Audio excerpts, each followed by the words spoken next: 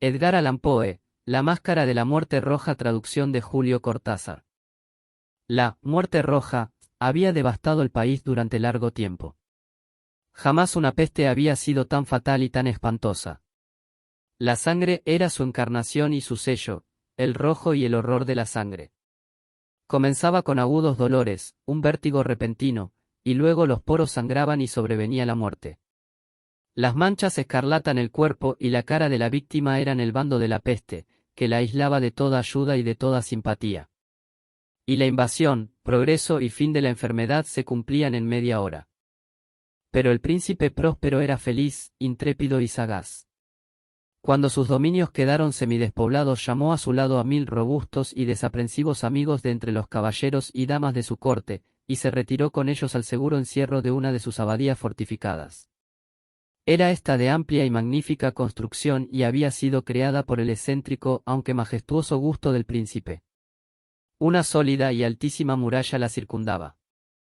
Las puertas de la muralla eran de hierro. Una vez adentro, los cortesanos trajeron fraguas y pesados martillos y soldaron los cerrojos. Habían resuelto no dejar ninguna vía de ingreso o de salida a los súbitos impulsos de la desesperación o del frenesí. La abadía estaba ampliamente aprovisionada. Con precauciones semejantes, los cortesanos podían desafiar el contagio. Que el mundo exterior se las arreglara por su cuenta, entretanto, era una locura afligirse o meditar. El príncipe había reunido todo lo necesario para los placeres. Había bufones, improvisadores, bailarines y músicos, había hermosura y vino. Todo eso y la seguridad estaban del lado de adentro. Afuera estaba la muerte roja. Al cumplirse el 5º o 6º mes de su reclusión, y cuando la peste hacía los más terribles estragos, el príncipe próspero ofreció a sus 1000 amigos un baile de máscaras de la más insólita magnificencia. Aquella mascarada era un cuadro voluptuoso, pero permítime que antes os describa los salones donde se celebraba. Eran 7, una serie imperial de estancias. En la mayoría de los palacios, la sucesión de salones forma una larga galería en línea recta, pues las dobles puertas se abren hasta adosarse a las paredes, permitiendo que la vista alcance la totalidad de la galería. Pero aquí se trataba de algo muy distinto, como cabía esperar del amor del príncipe por lo extraño. Las estancias se hallaban dispuestas con tal irregularidad que la visión no podía abarcar más de una a la vez. Cada 20 o 30 yardas había un brusco recodo, y en cada uno nacía un nuevo efecto. A derecha e izquierda en mitad de la pared, una alta y estrecha ventana gótica daba a un corredor cerrado que seguía el contorno de la serie de salones. Las ventanas tenían vitrales cuya coloración variaba con el tono dominante de la decoración del aposento. Si, por ejemplo, la cámara de la extremidad oriental tenía tapicerías azules, vívidamente azules eran sus ventanas. La segunda estancia ostentaba tapicerías y ornamentos purpúreos, y aquí los vitrales eran púrpura. La tercera era enteramente verde, y lo mismo los cristales. La cuarta había sido decorada e iluminada con tono naranja, la quinta, con blanco, la sexta, con violeta.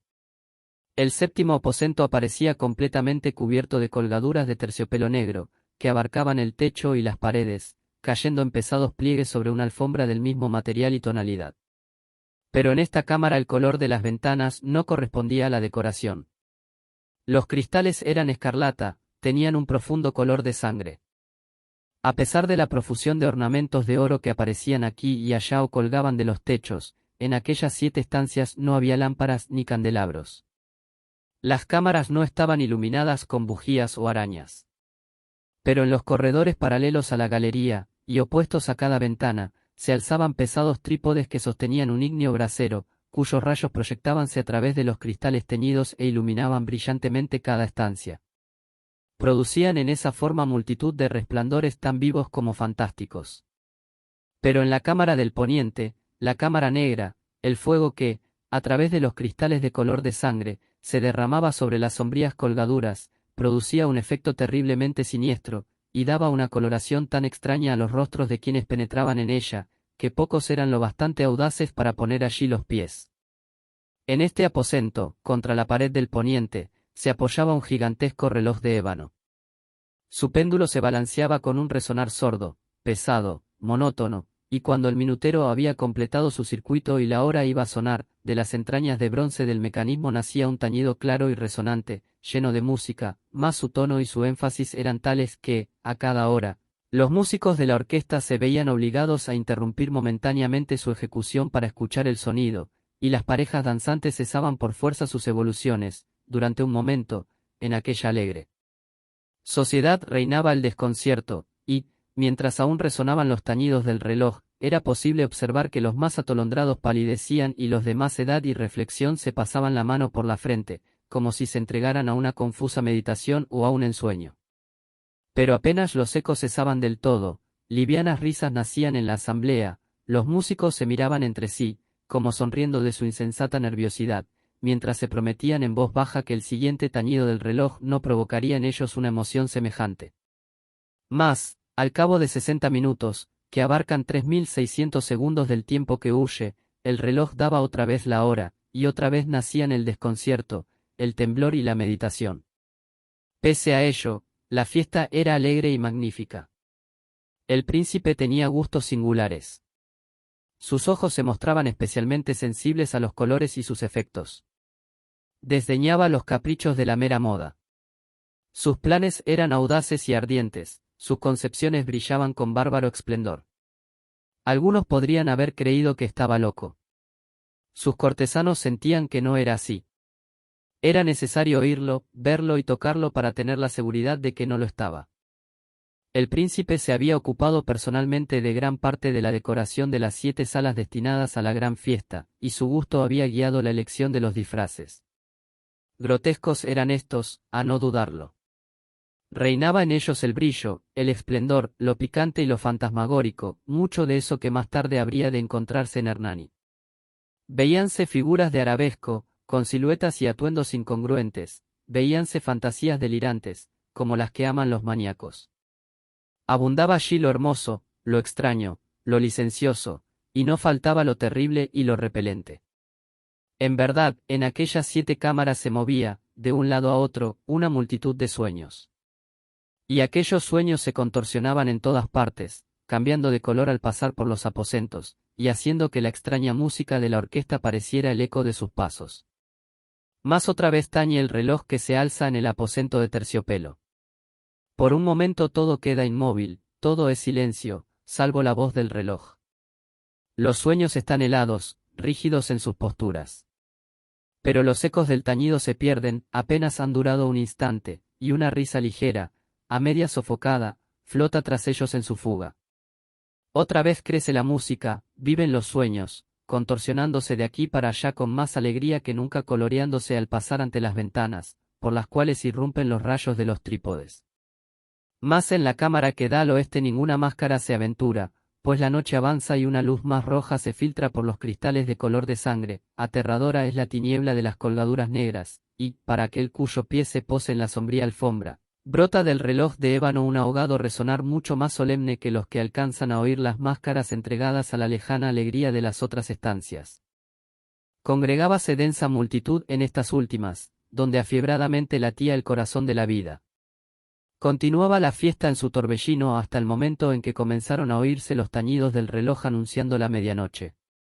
Cayó entonces la música, como ya he dicho, y las evoluciones de los que bailaban se interrumpieron, y como antes, se produjo en todo una cesación angustiosa. Mas esta vez el reloj debía tañer 12 campanadas, y quizá por eso ocurrió que los pensamientos invadieron en mayor número las meditaciones de aquellos que reflexionaban entre la multitud entregada a la fiesta. Y quizá también por eso ocurrió que, antes de que los últimos ecos del carillón se hubieran hundido en el silencio, muchos de los concurrentes tuvieron tiempo para advertir la presencia de una figura enmascarada que hasta entonces no había llamado la atención de nadie.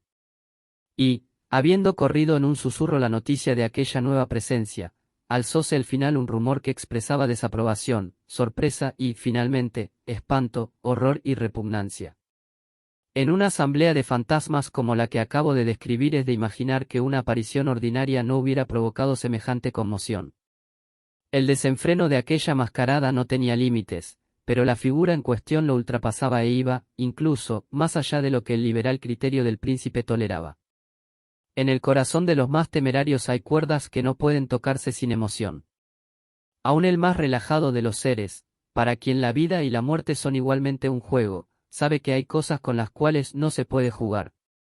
Los concurrentes parecían sentir en lo más hondo que el traje y la apariencia del desconocido no revelaban ni ingenio ni decoro.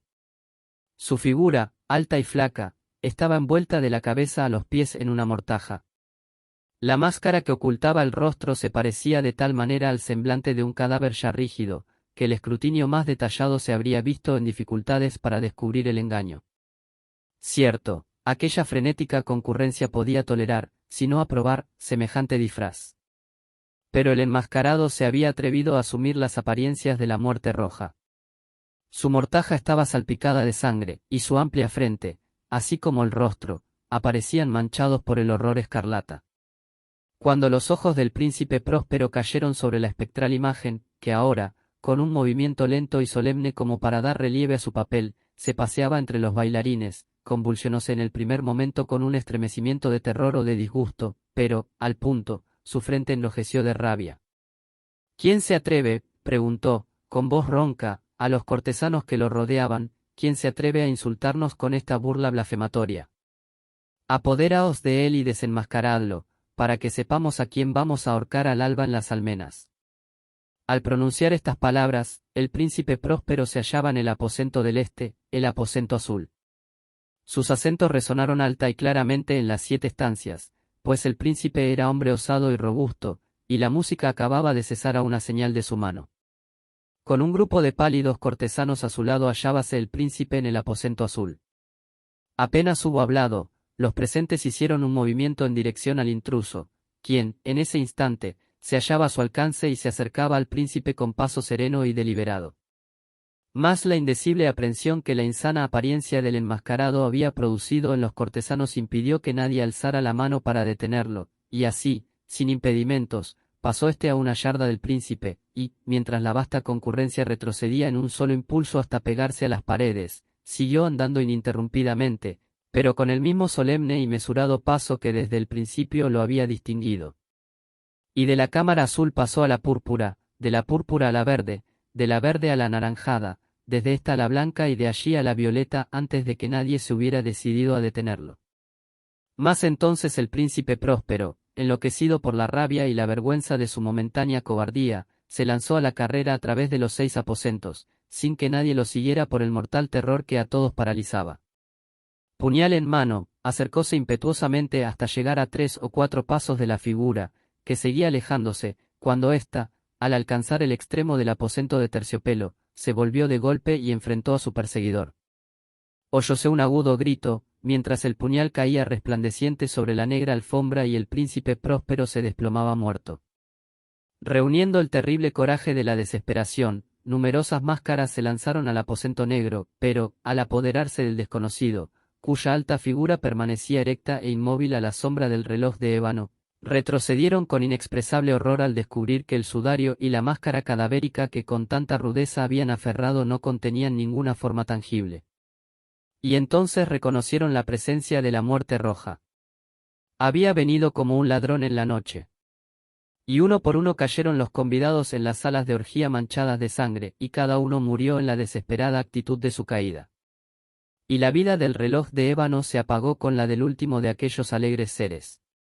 Y las llamas de los trípodes expiraron. Y las tinieblas, y la corrupción, y la muerte roja lo dominaron todo.